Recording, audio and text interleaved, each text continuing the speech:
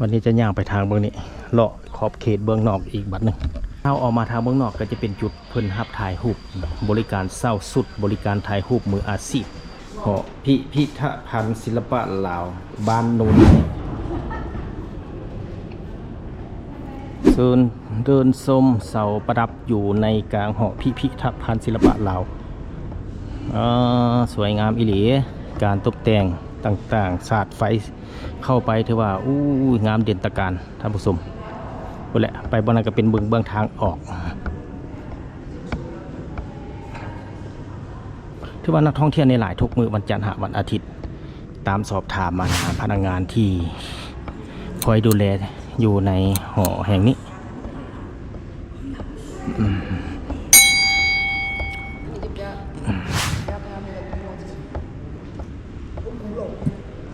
จะออกไปทางเบื้องนี้ไปเบื้องก่อน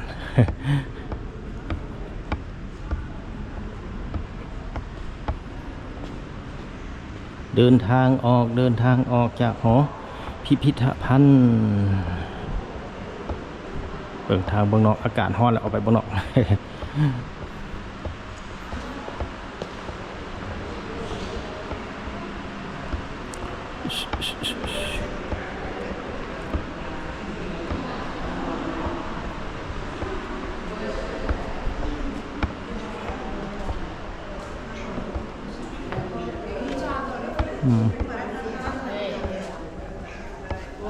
ก็ได้ย่างออกมาทางเบื้องนี้เป็นที่ห้อยบันนี้จะเอาภาพทางเบื้องนอกคือท่านผู้ชมเห็นอยู่ในนี้สังเกตเบื้อง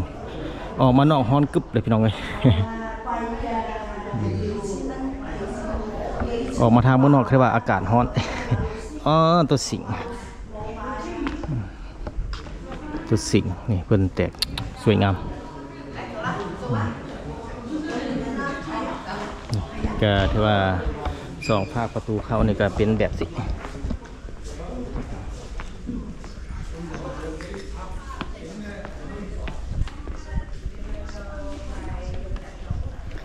ก็ถือว่าพา FC มาหาบชมน้อยขอบเขตทางเบื้องนอก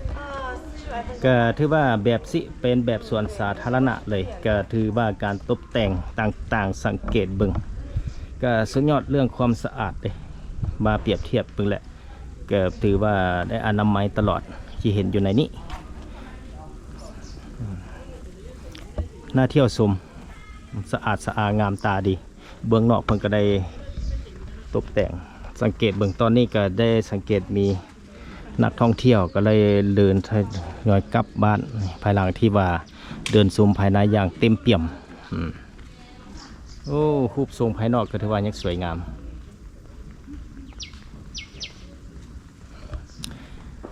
บัดนี้จะย่างไปทางเบื้องนั้นกวงกันข้ามก่อนอีกจุดหนึ่ง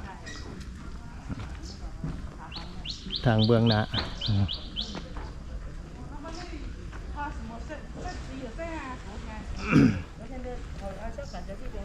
สวยงาม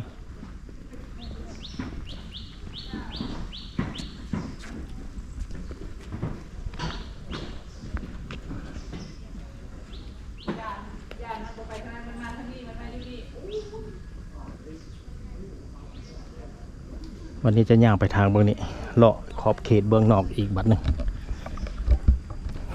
ภายหลังที่เลาะชมทางเบื้องในหอดังกล่าวแล้วบัดนี้จะให้ท่านผู้ชมมาเบื้องทางเบื้องนอกนี่ในโซนเบื้องนี้ในนอกนี่ก็จะเป็นหนองเสื่อมจุดนี้ลึกเลยจุดนี้ลึกเป็นน้ำลึกหนองเสื่อมที่ขึ้นกับเมืองไซธานีนครหลวงวิจันทร์ก็บ่ไกลก็ถือว่าออกจากเทศบาลหรือว่าใจกลางนครหลวงวิจันทร์จากประตูไซนครหลวงวิจันทร์มาทางงอนก็เพียงแต่24 กิโลเมตรบ่ไกลเส้นทางไปมาได้สะดวกก็ถือว่าบ่มีบ่อนยากรถใหญ่รถน้อยรถเก่งมาเบิ่งได้สบายนี่ก็ได้เอาภาพบรรยากาศทางรอบนอกเป็นแบบสินี่ก็ถือว่าขี่รถมาแต่พุ่นนี่ข้ามหนองมาเขาสิย่างเอากันได้แต่สละมาเขาขี่รถได้มาสบายเพราะว่า50,000 กีบทางไปทางกลับถือว่ากันค่าบริการรวมอยู่ในปีที่เขาซื้ออยู่ในเบื้องต้นนั้นอีกทีหนึ่งก็แจ้งให้ท่านผู้ชมรับทราบในปีเข้ามาหอพิพิธภัณฑ์ในปี 2026 อัปเดตล่าสุดวันที่20 เดือน 6 ปี 2026 นั้นแม่นเพียงแต่120,000 กีบต่อคน ฉพาะคนลาวถ้าเป็นชาวต่างชาติก็250,000 กีบต่อคนต่อครั้งที่เข้ามารับชมเป็นอย่างจังราคาต่าง เพราะว่าต่างชาตินี่โดนๆเพิ่นมาเท่านึงถือว่าคนลาวก็ประจำอยู่นี่แล้วก็ถือว่าเป็นการส่งเสริมเหตุให้คนลาวได้รับชมรับเบิ่งในงานศิลปะรูปสูงต่างๆ ที่แสดงให้เห็นอยู่ในนี้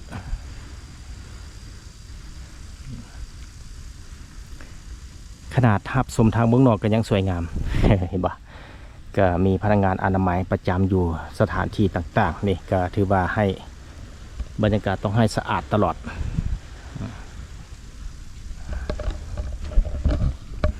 ก็เป็นจังไดท่านผู้ชมวันนี้ก็จะได้เดินทางกลับบ้านละก็สมมาพาควรได้พาท่านผู้ชมได้เลาะทางเบื้องในเบื้องนอกก็ถือว่าแบบเต็มตา จะได้เดินทางกลับบ้านไปอนามัยมาเขาเอ็ดเลยเจ๋อมองเบอร์มั่งแล้วเขาก็ได้เอาจนหมดก็จุดนี้ก็เป็นบนนั่งได้นี่เพิ่นก่อแบบสีนั่งได้เพิ่นก็อนามัยตลอดสามารถนั่งได้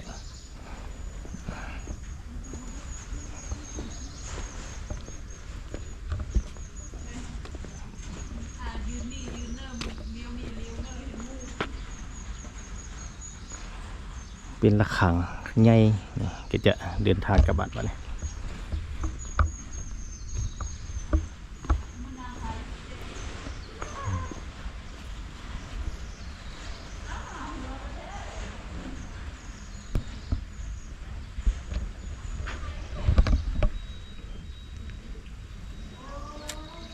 ไปจะเดินทางกลับบ้านผมพูดสมมาพักก่อนใช้เวลา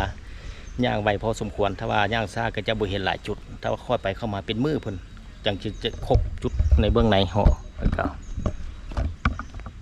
เบ้ฮ้อนบ่เมื่อยบ่บุนี่อย่างก็คนเมื่อยมาซับรถไปปะหมดละ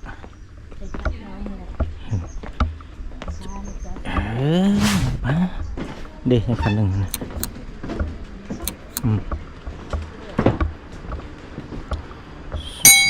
ถ่ายรูปอยู่นี่กวางเติบให้หน่อยก็ได้เลิกแถวนี้เลิกได้เลิกบอสแถวนี้เลิกเป็นจุดถ่ายรูปเพื่อนก็จะปีคำเตือนนำเลิกอันตรายห้ามปีนขึ้นห้าวขวาห้ามอิงห้าวขวานี่ก็แต่ละจุดเพื่อนก็ได้บ่งบอกให้นักท่องเที่ยวต้องได้ปฏิบัติตามกฎเพราะว่าเพื่อหลีกเลี่ยงอุบัติเหตุที่อาจจะเกิดขึ้นในช่วงขณะที่เรามาท่องเที่ยวนั่นเองระมัดระวังนำเลิกเขตนี่บริการถ่ายรูปมืออาชีพคนว่าก็จะเป็นจุดนี่จุดพลบริการหอพิพิธภัณฑ์ศิลปะลาวเป็นจุดถ่ายรูปก็สามารถเข้าไปถ่ายรูปได้อยู่ในจุดนี้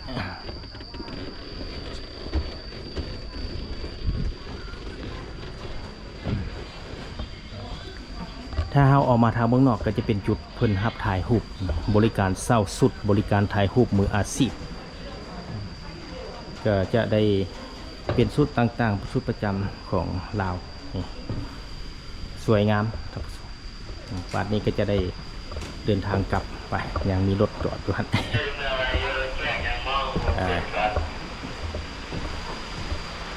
มีรถท่าป้ายเดินทางกลับฮะนี่เด้สแกนเข้าสแกนออกตัวทางกลับ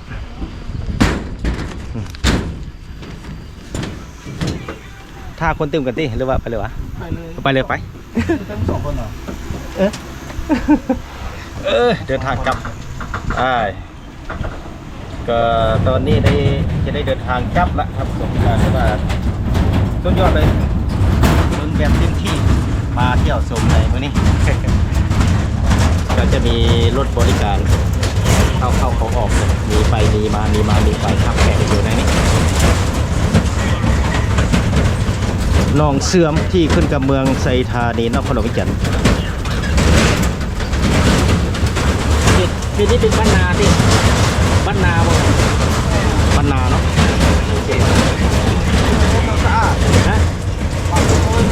นวลสะอาดมันบ่ สะอาดสะอาด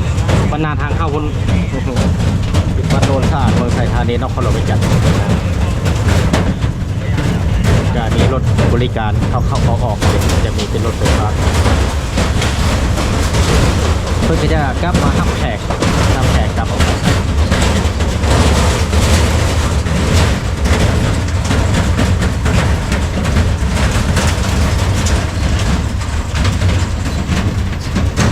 สวยงามตามธรรมศาสตร์หนองเสื่อมบ้านโนนสะอาดเมืองไทยธานีนครหลวงเวียงจันทร์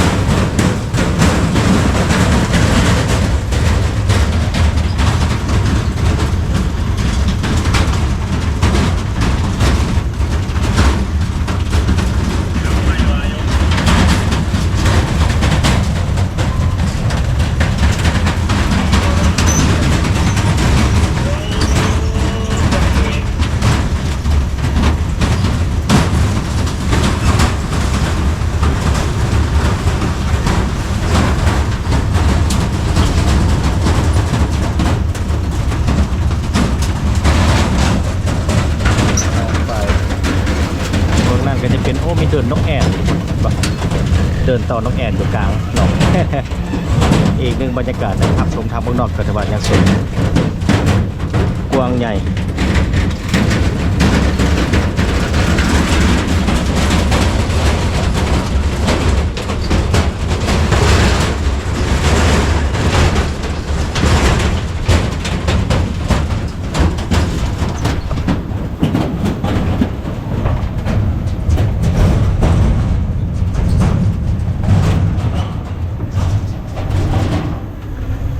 กลับคืนมาฮอดจุดเก่าบ้าน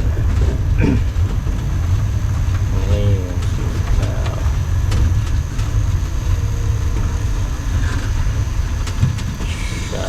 ขอบใจ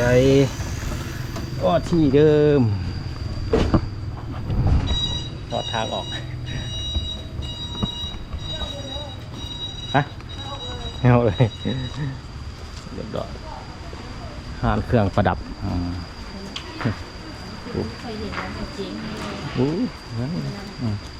เป็นหันเครื่องประดับอยู่เนาะ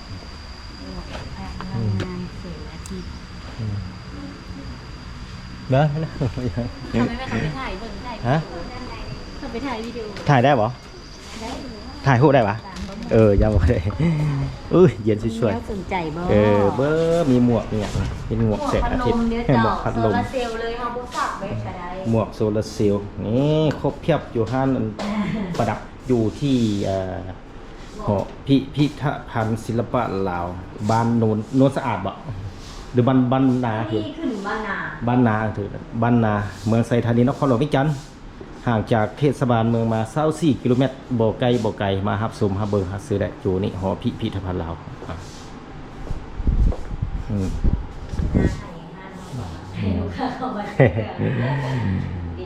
มีแต่แนวงามมีแต่แนวงามมีหมวกมีแต่แนวงาม เป็นงานนิดๆเนาะ อ๋อเข้ามาเลย เย็นช่วยๆเลยห้องเพิ่นนี่ก็ได้มาฮ้อนๆมาเจอแอร์เย็นๆ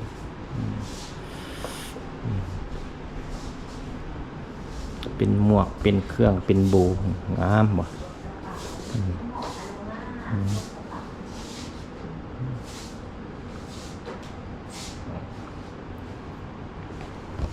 ก็ถือว่ามาฮอตนี่แหละร้านขายเครื่องไป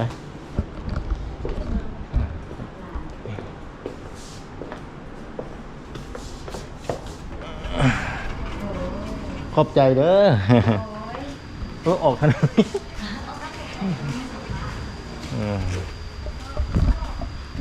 นี่เป็นจังได๋ท่านผู้ชมมาฮอดในการนำเสนอวิดีโอนี้จะขอจบเพียงเท่านี้พบกันใหม่ตอนต่อไป